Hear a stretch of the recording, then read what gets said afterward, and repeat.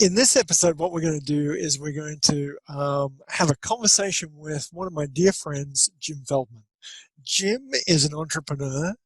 He has been one of the great founders and thinkers in the incentive travel industry and has a variety of business experiences beyond that. And has brought it all together into a single book that he's just published, Shift Happens. Really excited to share this information with you. And today he's going to talk to us a little bit about some of the insights that he's gained over the years. So without any further ado, let me introduce you to the incredible Jim Feldman.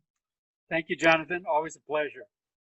So the premise of the book and the premise of my lesson for you today is to stop thinking outside the box. If you use the metaphor of thinking outside the box, you have no idea what's inside the box. And so if you're outside, you're being asked to come up with a solution, but you don't know what the problem is.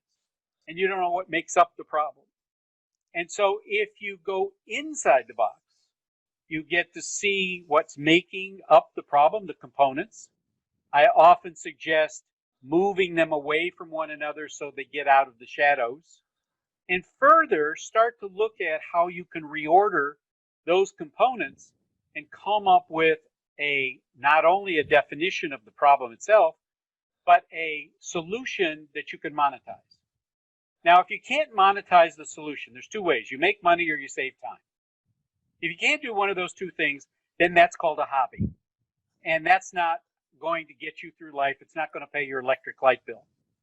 So when you're inside the box, you need to look outside from the perspective that you're inside and see if you are solving a problem that people will pay for.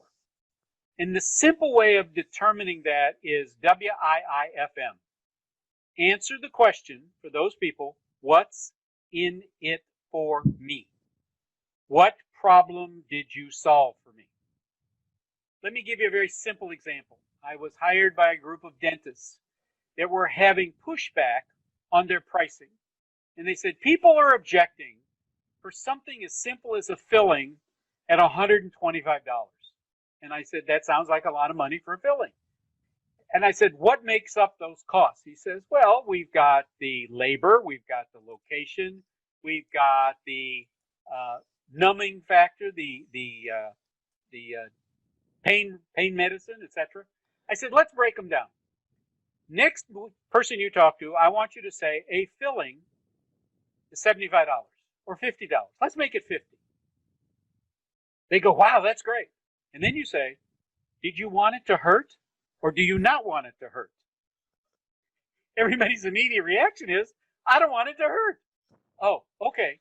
So that's another $75. Now, did you want it to hurt when we stick the needle in, or did you want that numbed as well? Ah, absolutely. Well, that's only $25. Okay, let's do it. So you now went from a resistance of $125 to a very grateful and thankful patient at $150. And that's how you reorder and you put these things together.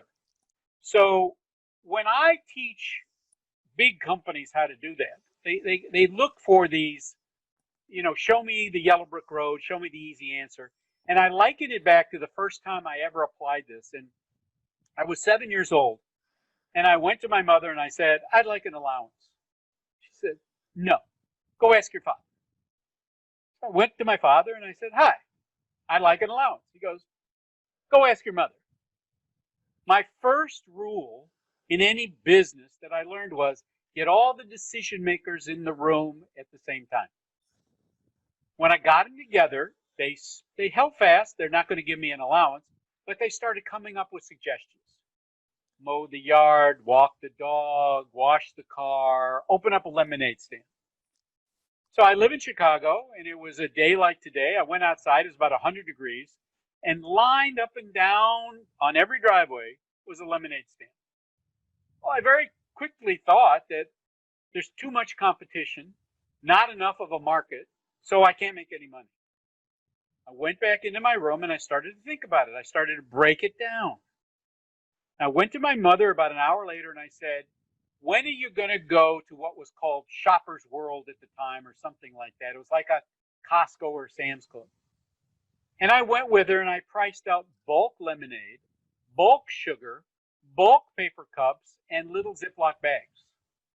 And I figured out how to make lemonade kits.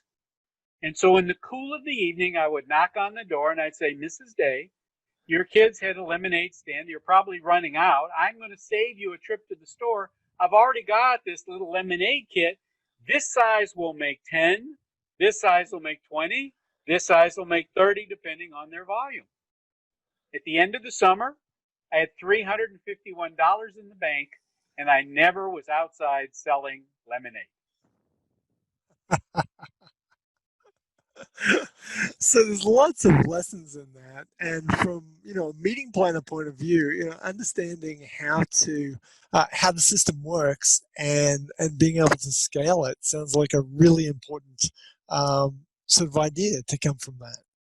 There's always an answer.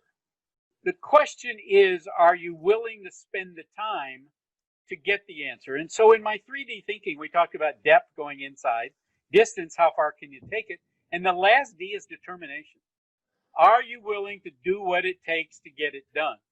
So as an example, when it appeared that COVID was going to keep us quarantined for a while, I said, what a perfect time to write the book that I've been putting off. And I literally sat down and wrote the book in about 42, 45 days. But being me, I kept tinkering with it. And I kept massaging it and getting it better and better, to the point that I lost probably another month. I'm hoping that that wasn't a loss in terms of marketing, because there's still such a need for the book. The book itself is how to think, not what to think. And I think all of us today, me included, need to reorder the way we're thinking, because COVID and the pandemic have leveled the playing field. There is going to be more millionaires that come out of this pandemic than there's ever been in the history of time. And the question really is, are you going to be one of them? Yeah. If you are feeling like, this is a bad time to go into the job market, that the plans and aspirations that you had have been sort of knocked on the head by the recession that we're currently in, by the COVID-19, just be aware that there really are many, many opportunities available out there. And, if you think the right way, if you think inside the box, then there are plenty of opportunities that you may take. And don't be afraid to really explore your entrepreneurial side, to check into that and give it a whirl. Great. Jim, any last thoughts for us? Well, let's just finish it up with I walk the talk. I really believe that you should beware of distractions disguised as opportunities. I really believe that everything that you do from today forward is a giant leap, almost that leap for mankind. Look, did anybody wake up in the morning say, I need another book? No. Whoops. No. But this book comes with one-on-one consulting. So now it's like that dental story.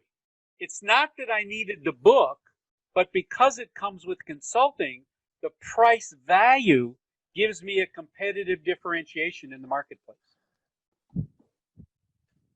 Outstanding. And again, so that is, how do you create added value? And again, there's lessons there for the meeting planner. We start off this semester, with the question, are you going to be a order taker, or are you going to be a problem solver?